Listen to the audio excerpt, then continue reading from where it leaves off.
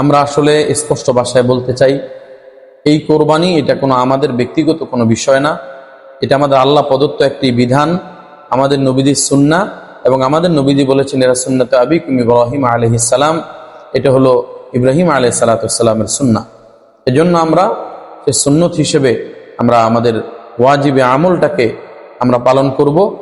আমরা অনুরোধ করব আমাদের সরকার প্রধান যেন এ বিষয়ে ভারতের প্রশাসনের কাছে, ভারতের মন্ত্রীদের কাছে যেন একটা বিবৃতি পাঠায়, যেন এই ধরনের মুসলিমদের উপরে নির্যাতন এবং কোরবানি নিষিদ্ধের যে আইন তারা করছে, এরা যেন মুসলমানদের কলিজায় যেন আঘাত যেন তারা না করে। আসসালামু আলাইকুম ওয়া রাহমাতুল্লাহ। ইন্নাল হামদুলিল্লাহ আলহামদুলিল্লাহি ওয়া কাফা ওয়া সালামুন আলা ইবাদিহিল্লাযিনা ইসতাফা, আম্মা বা'দ। আউযু বিল্লাহি মিনাশ শাইতানির রাজীম। বিসমিল্লাহির রহমানির রহিম।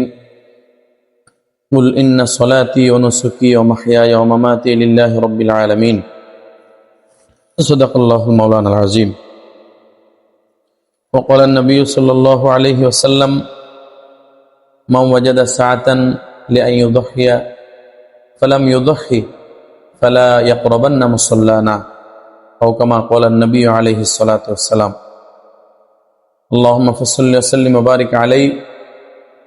সম্মানিত দর্শক, প্রিয় দেশবাসী, প্রিয় মুসলিম মিল্লাত, আলহামদুলিল্লাহ আমাদের সামনে ঈদুল আজহা, যেটাকে আমরা কোরবানির ঈদ বলি, এর নিকটেই চলে আসছে। আমরা মর্যাদাপূর্ণ মাসে রয়েছি, বিরাজমান করতেছে মর্যাদাপূর্ণ মাস। এই মর্যাদাপূর্ণ মাসকে আমরা আমলে ইবাদতে কাটানোর চেষ্টা করব।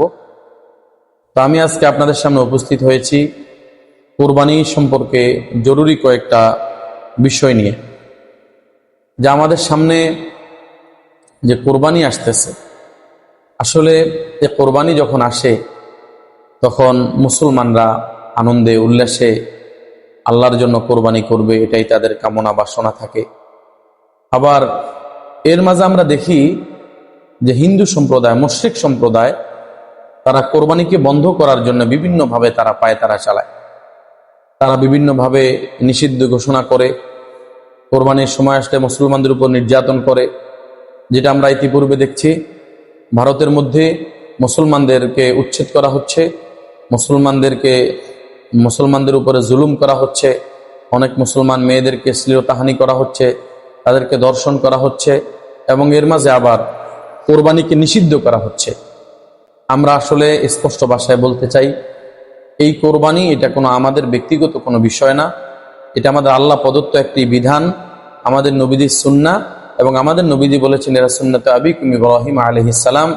এটা হলো ইব্রাহিম আলাইহিস সালামের সুন্নাহ। এজন্য আমরা সে সুন্নত হিসেবে আমরা আমাদের ওয়াজিবে আমলটাকে আমরা পালন করব। আমরা অনুরোধ করব আমাদের সরকার প্রধান যেন এ বিষয়ে ভারতের প্রশাসনের কাছে, ভারতের মন্ত্রীদের কাছে যেন একটা বিবৃতি পাঠায়, যেন এই ধরনের মুসলিমদের উপরে নির্যাতন এবং কোরবানি নিষিদ্ধের যে আইন তারা করছে, এরা যেন মুসলমানদের কলিজায় যেন আঘাত যেন তারা না করে। তারা যদি এটাতে কোনোভাবে হস্তক্ষেপ করে, মুসলমান কিন্তু বসে থাকবে না, মুসলমান তাদের জবাব দিতে প্রস্তুত রয়েছে। সুতরাং আমরা অনুরোধ করব, মুসলমান এক এবং নেক ঐক্যবদ্ধভাবে মুসলমানদের পক্ষে রয়েছে, মুসলমান কোরবানির পক্ষে রয়েছে। সুতরাং কোরবানি নিয়ে কোনো টাল বাহানা করা যাবে না, কোরবানির কোনো বিষয় নিয়ে কোনোভাবেই এই মুসলমানদের কলিজা আঘাত দেওয়া যাবে না।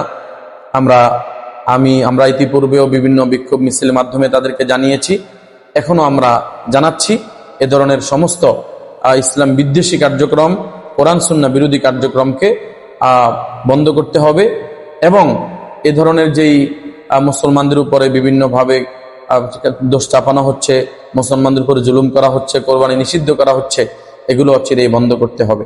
আপনারা আপনাদের ধর্ম পালন করুন, কিন্তু ইসলামের উপর আঘাত করবেন না। মুসলমান যদি রেগে যায়, তাহলে মনে রাখবেন মুসলমান ঐক্যবদ্ধভাবে ময়দানে নামবে, আর ইনশাআল্লাহ যুদ্ধ ঘোষণা হবে এই মুশরিকদের বিরুদ্ধে। তাদের পরিস্থিতি হবে বড় ভয়াবহ।